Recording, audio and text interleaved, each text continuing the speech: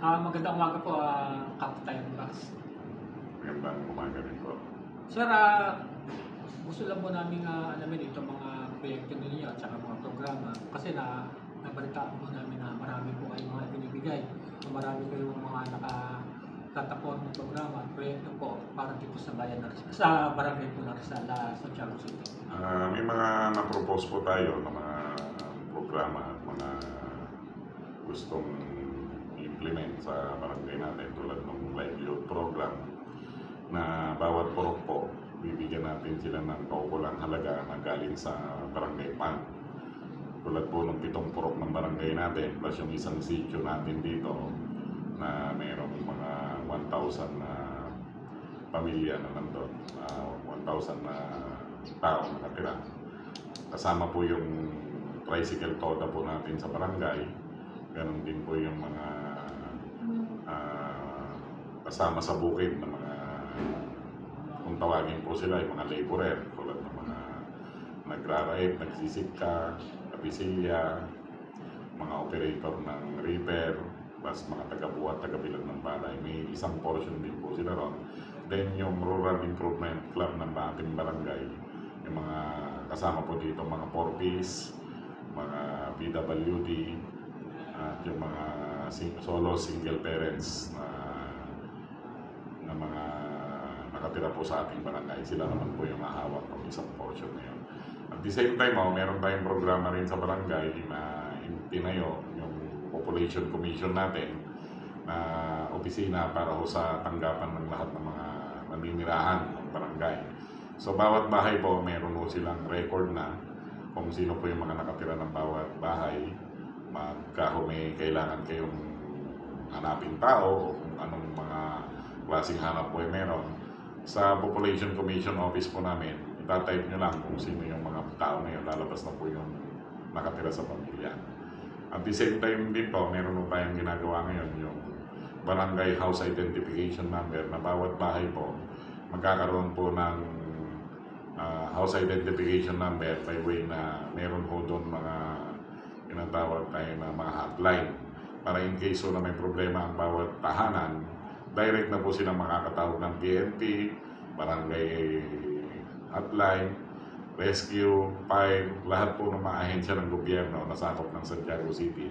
Pati po ang opisina ng ating butihing Mayora Alaysia Sinatan nakalagay din po doon para direct line na po ang bawat bahayan na nakatira sa aming barangay. So yun po, nakasalang na po sa sanggunian, nasa committee hearing na po ng Barangay Appeals. At pagka lumabas po yun, implement na po namin sa bawat tahanan. Ang kagandahan din po nito, kung kayo man po hindi taga Santiago at hindi kayo taga Barangay Rizal, at dumating ang time na may hinahanap kayong tao, pagpunta nyo sa POPCOM office, type nyo lang yung pangalan niya, lalabas na kung saan po siya nakatira at kung saan po siya naka-detain o saan po siya nagtatrabaho at buong pamilya. Yun po yung mga programa natin ginagawa ngayon na inaayos po natin para sa implementation. Karagdagan po, sa tala po ng POPCOM po ninyo, gano'n na po karami yung mga residente po ng barangay Rizal? Ang estimated po na nandito po sa aming barangay, sa population po, more or less 32 to 35,000 na po ang nakatira sa aming barangay. Pagdating naman sa voters list, sa as of now, nasa more or less 12,000 voters po ang barangay namin. Yun yung mga datos na kinokolekt po namin. Napasin din po namin kanina nung packet po tayo dito sa inyong tanggapan, Kap.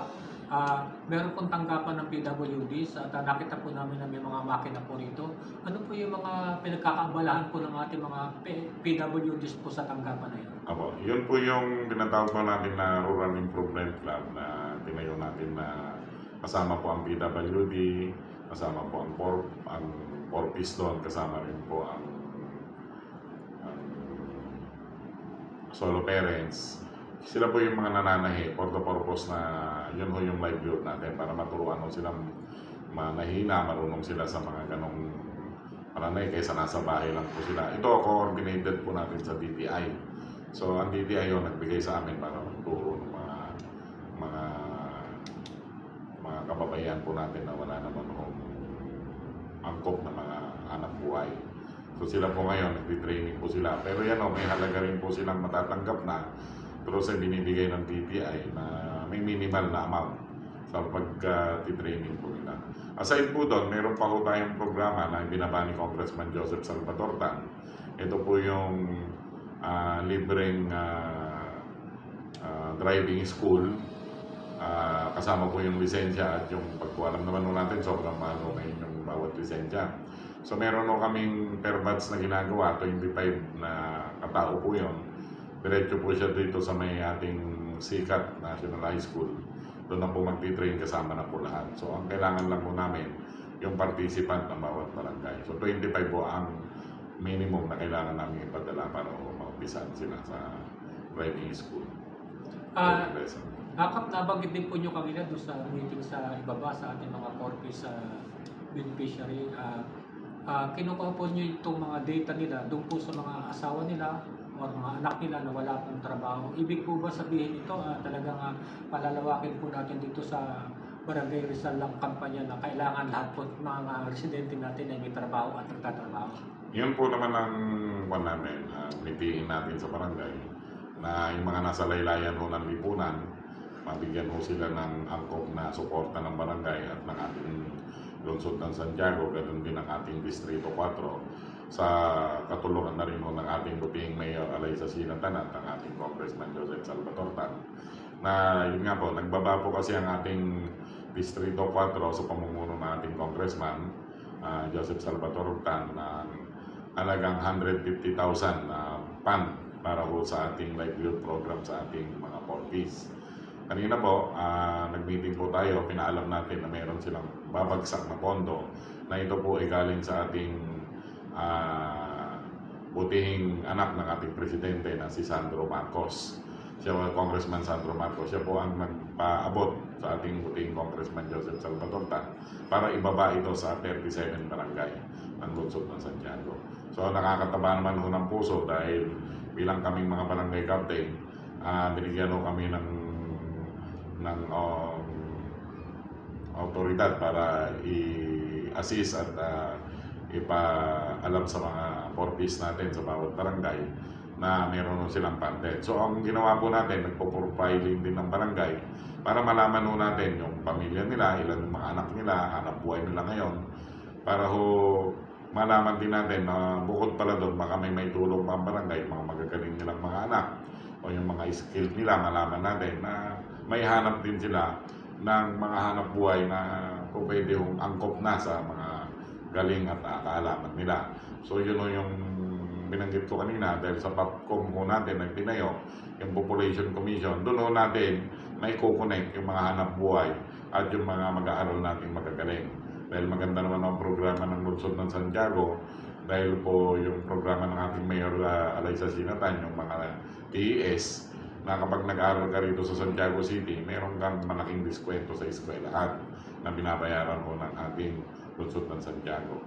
So yun o, malaking bagay sa bawat naninirahan sa aming barangay at lungsod ng Santiago na may paabot at may bigay sa mga kinaukulang mga bata na makapag-aral sila ng libre. Yun o naman ang aim ng ating lungsod ng Santiago. First time ko po narinig Kap sa mga meeting at mga programa na ang porkies po ay magkakaroon po ng sariling tanggapan ng opisina. Ngayon ko lang po yata narinig na ang bayan po, ang barangay po ng Rizal ay may adikain ganito. Ito po ba ang pagbibigay po ninyo ng tanggapan o sariling opisina pa ng porkies? Ano po ba yung motibo at layunin nito para sa kanila? Ang unang-una ho, para maayos ho ang mga record nila, meron naman ng opisyalis din ng porkies, meron ng presidente downline hanggang sa business manager. Para na sa ganun, no, bawat record at sila, mayroon po silang opisinang pwedeng puntahan kung sila man po ay may mga pangangailangan o may mga kailangan mga dokumento at mga papel na dapat silang pirmahan.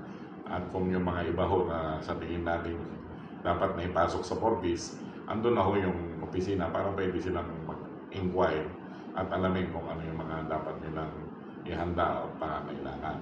So napakaganda ho kasi na kahit porkies po sila, meron naman ho silang tanggapan. At bukod doon, meron ho silang opisina na pag dumating on time, meron silang magagamit, lalo na pag bisita po ng DSWD, makikita ho ng DSWD na may kaukulang suporta rin ng aming barangay. Kasama po ang mga opisina, yun nga po, ang punto natin, mabigyan sila ng magandang assistance pagdating sa documentation at pangangailangan po. Maraming salamat po, Kapitan Tyrone Bax. Napakaganda po ng inyong mga proyekto at programa po sa barangay po ng Rizal, Santiago City. Siguro po, pagsamantala ngayon, wala muna kaming may tatanong sa inyo. Sir, ang inyo pong pasalamat na lang po doon sa mga tao na bibigay po ng kooperasyon at tulong na rin upang mapanatili po natin itong ating mahusay na paglilingkuran po dito sa barangay po ng Rizal, Santiago City. Una-una, magpapasalamat din po tayo sa suporta ng ating buting mayora, kaysa si Kapitan, ganun din sa ating Congressman ng 4th District of Isabela, si Congressman Best Friend Joseph Salvador Tan, sa suportang minibigay niya, kasama rin ang konseho ng ating lungsod ng Santiago sa pamumuno rin ni Vice Alvin Abaya. Talaga naman yung suporta nila sa bawat barangay, nakikita ng nararamdaman din namin. Ganun din po sa pamunuan po ng Barangay Rizal, mula sa aking mga council, na alam ko naman suportado rin nila ang mga programa ng ating barangay. Dahil hindi naman po namin mabubuo ito nang hindi lang po dahil sa akin. Kasama rin po ang aming SK, ang aming SK Federation po, dito po galing na si Christopher Respicio, na very supportive naman sa lahat ng aktibidad ng barangay, kahit po sa kanilang SK. So ang kailangan mo kasi natin sa bawat lugar, yung pagkakaisa ng mga konseho at kasama ng SK at ang pamunuan ng lungsod hanggang sa distrito.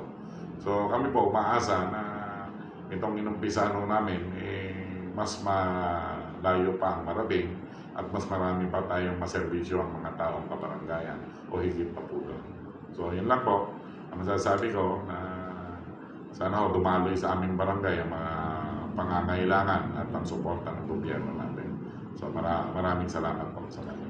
Maraming salamat po muli, Tyrone Bax, sa pagbibigay niyo po sa amin ng panahon at magpapaunlak upang makapanayan po namin yan. Sa pangalan po ng Brigada Bayan ng Malaya, more power po sa inyo, more power po sa Barangay Rizal, Santiago City. Thank you very much. Salamat po.